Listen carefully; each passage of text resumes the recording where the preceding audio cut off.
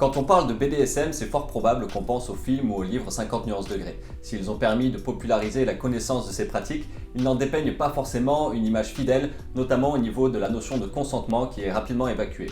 C'est en tout cas l'avis de Gabrielle Beauregard, sexologue, qui nous explique ce que les communautés BDSM peuvent justement nous apprendre sur le consentement.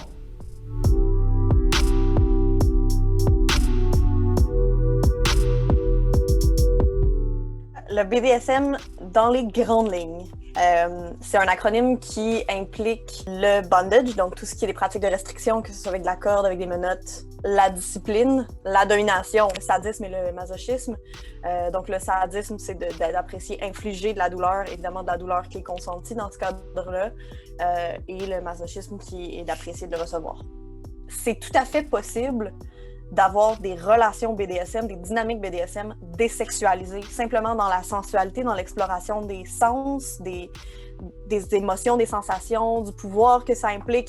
C'est un échange de pouvoir, c'est un échange entre des individus, c'est des jeux sur les sensations, beaucoup plus qu'un jeu de douleur à proprement parler. Mais le consentement comme tel, c'est effectivement la chose la plus centrale de ces pratiques-là. C'est la chose qui distingue l'abus du BDSM, puis qui va permettre de justement encadrer ces pratiques-là pour qu'elles soient sécuritaires. Maintenant, l'acronyme qui est en escalade, là, le plus à jour, c'est PRIC, donc Personal Responsibility in Informed Consensual Kink. Ce que ça implique, c'est que chaque personne a sa responsabilité individuelle de s'informer pour savoir au moins un minimum dans quoi il s'embarque. Une fois que l'information est acquise, effectivement, que pour ce qui est du consentement, ça implique de négocier ce qui va se passer dans l'interaction ou dans les interactions. On va négocier les tenants et aboutissants de comment on va gérer cette dynamique-là, dans quel contexte c'est permis, c'est pas permis, trouver des safe words, par exemple, donc un mot de sécurité qui pourrait permettre de tirer la plug, puis OK, on arrête là. Donc tout ça, c'est effectivement des éléments qui vont être discutés à l'avance, ainsi que les soins dont on pourrait avoir besoin après. Il y a des gens, après une séance de jeu, qui vont avoir besoin d'une sieste, puis d'autres qui vont vouloir discuter de ce qui s'est passé. Il faut que ces besoins-là soient répondus pour que l'expérience se boucle de manière positive puis finisse pas un peu sur... Dans ma pratique privée avec des clients qui pourraient, par exemple, avoir des troubles de stress post-traumatique en lien avec des agressions ou des enjeux autour de leur confort dans leur sexualité, pour peu importe quelle raison.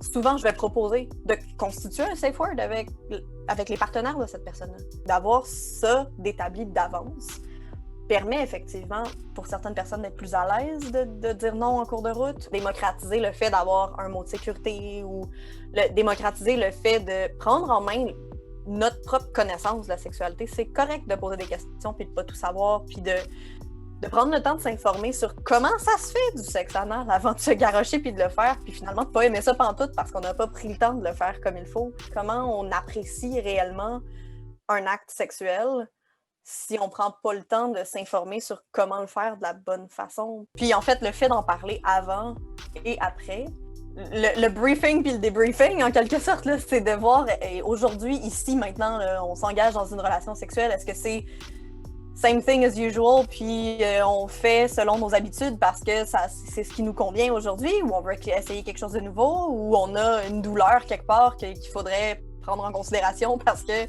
on pourra pas faire les mêmes postures que d'habitude. Il y a toutes sortes d'éléments à prendre en considération, de se permettre de discuter, de faire de nos interactions sexuelles quelque chose qui est pas nécessairement tabou, mais qu'on a le droit de discuter et non pas juste de faire. Fait que de prendre sur soi, de s'informer, puis de vraiment savoir dans quoi on s'embarque, c'est sûr que ça fait partie des choses que je répète beaucoup, puis ça fait partie des éléments, évidemment, qui viennent d'une expérience BDSM avec la communauté, puis qui teintent ma vision.